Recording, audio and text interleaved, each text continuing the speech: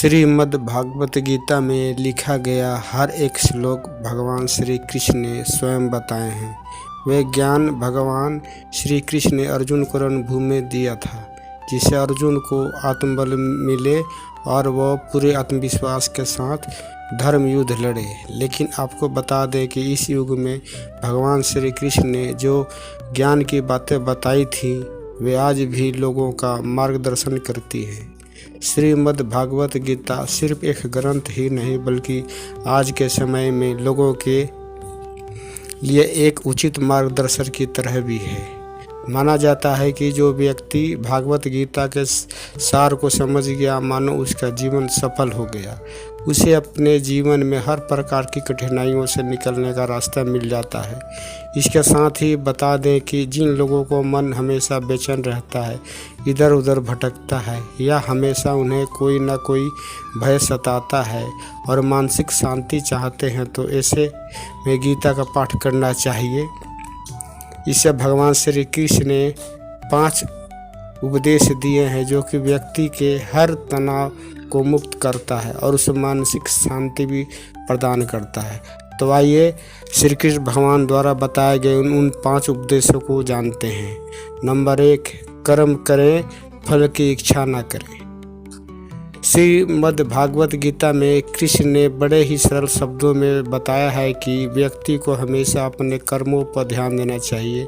बिना फल की इच्छा किए उसे कर्म करना चाहिए, क्योंकि जब हम निस्वार्थ भाव से कर्म करते हैं और फल की चिंता नहीं करते हैं, तो हमें सफल ना होने का डर नहीं सताता और हम शांत चित्त से अपने कर्मों को करते हैं। इससे हमारा मन शांत रहता है। नंबर 2, मोह से रहें दूर। श्रीमद् भागवत गीता के अनुसार व्यक्ति को किसी चीज़ के प्रति मोह नहीं करना चाहिए। हालांकि आज के दौर में व्यक्ति को मोहित करने वाली कई चीज़ें हैं, लेकिन गीता में कहा गया है कि किसी भी चीज़ में ज़रूरत से ज़्यादा लगाव और उसके प्रति मोह नहीं रखना चाहिए। इसके कारण ही हमारे मन में उलझने और तनाव उत्पन्न होते हैं। इसलिए ना किसी पर आश्रित रहें, ना ही किसी के प्रति मोह रखें। नंबर 3, भाग्य के भरोसे ना रहें। भगवान श्री कृष्ण ने गीता के माध्यम से संदेश दिया है कि व्यक्ति को कभी भी अपने भाग्य के भरोसे नहीं रहना चाहिए, क्योंकि सिर्फ भाग्य के भरोसे बैठे रहने से किसी को कुछ नहीं मिलता है। इसलिए हमेशा पुरुषार्थ करें। कहा गया है कि जो व्यक्ति मेहनत करता है, उसका भाग्य भी साथ देता है। श्री कृष्ण ने अर्जुन को उपदेश देते हुए यह भी बताया कि मनुष्य अपने पुरुषार्थ के दम पर भाग्य बदलने की ताकत रखता है। इसलिए कभी भी पुरुषार्थ करने से पीछे नहीं हमें हटना चाहिए। बुद्धि विवेक से करें कार्य। भगवत गीता के अनुसार व्यक्ति को हर कार्य बुद्धि और विवेक से करना चाहिए। ऐसा करने से उन्हें ना सिर्फ कार्य में सफलता मिलेगी, बल्कि पहले सोच समझकर कार्य करने से मानसिक शांति नहीं आती है। बुद्धि विवेक के द्वारा किए गए कार्य सफल भी होते हैं और इससे मन में शांति भी बनी रहती है। चिंता त्यागें। भगवान श्री कृष्ण की शरण।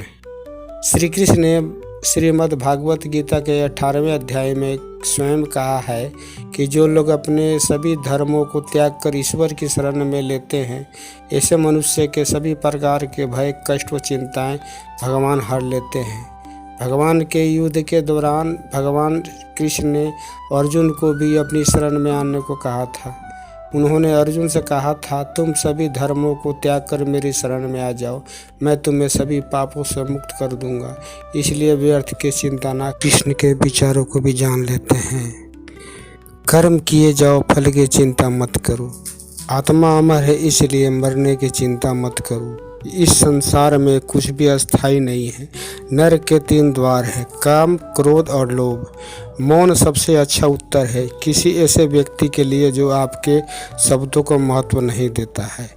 आत्मा का अंतिम लक्ष्य परमात्मा मिल जाना होता है। धर्म केवल कर्म से होता है। कर्म के बिना धर्म की कोई परिभाषा नहीं है। अहंकार करने पर इंसान की प्रतिष्ठा, वंश, वैभव तीनों ही समाप्त हो जाते हैं।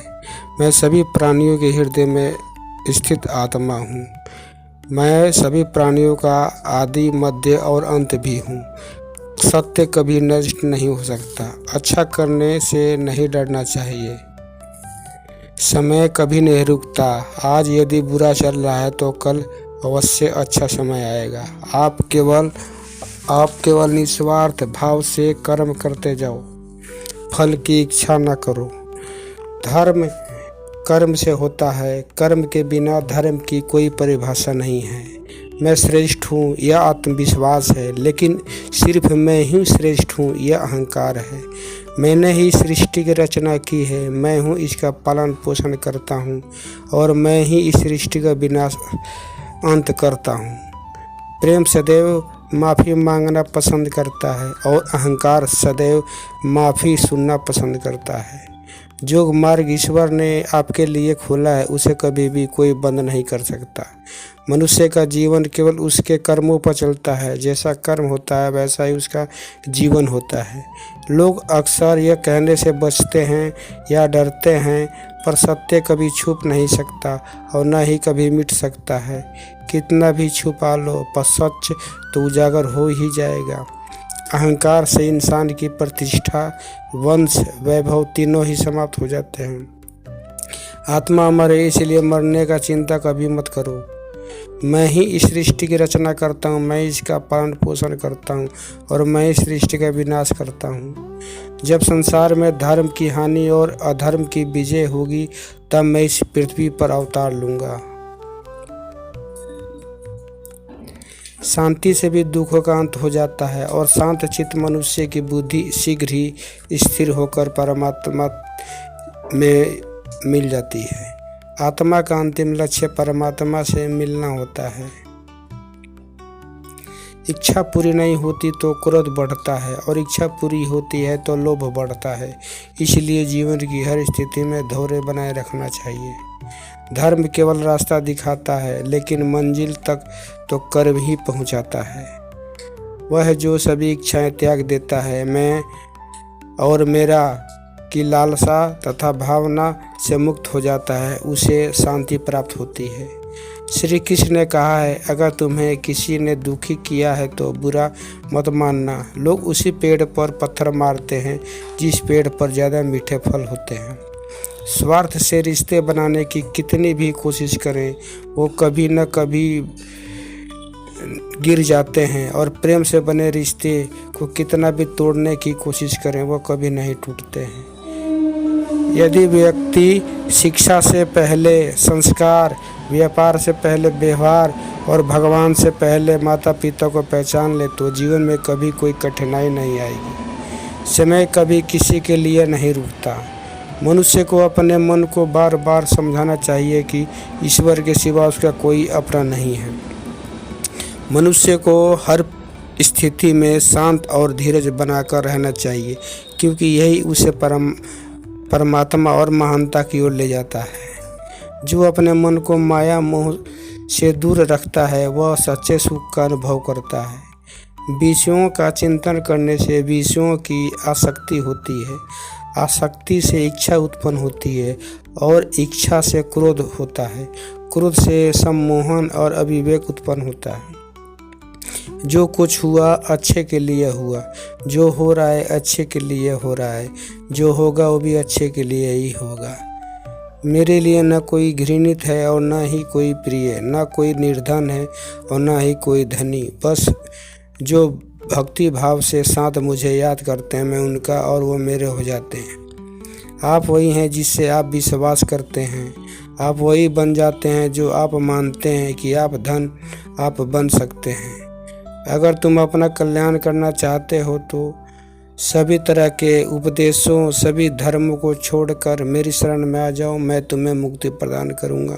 यह श्री कृष्ण भगवान ने अर्जुन को उपदेश दिया था। जिस इंसान के चारों तरफ नकारात्मक लोग रहते हैं उस इंसान की अपने लक्ष्य से भटक जाना तय है। स्वयं पर विश्वास रखो, क्योंकि आत्मविश्वास से ही असंभव भी संभव हो जाता है। इंद्रियों के अधीन होने से मनुष्य के जीवन में विकार और परेशानियां आती हैं।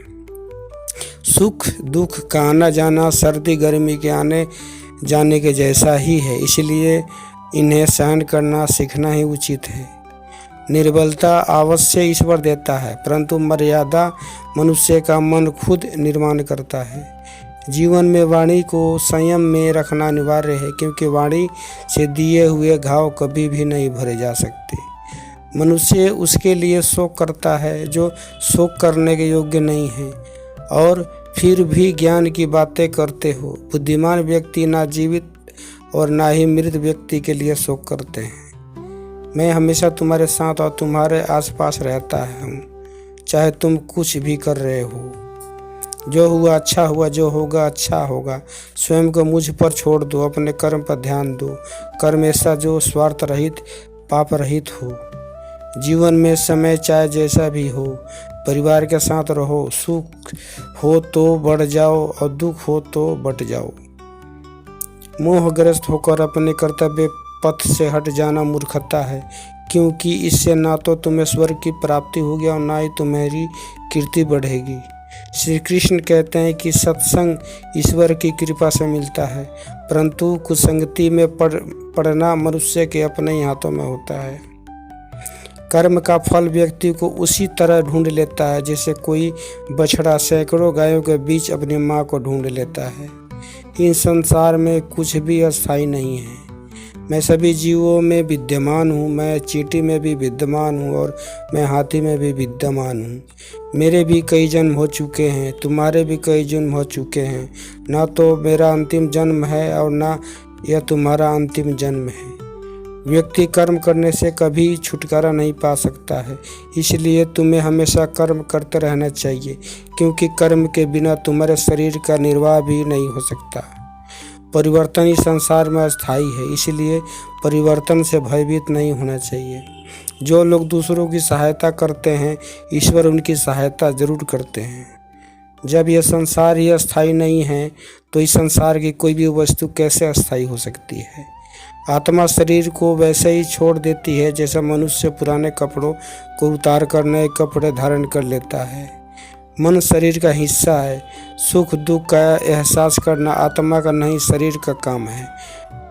मन समान लाभ हानि और सुखी सब मन का खेल है।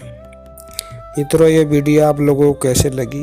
अगर ये वीडियो आप लोगों को पसंद है तो कमेंट में जय श्री कृष्ण ज़रूर लिखना मित्रों।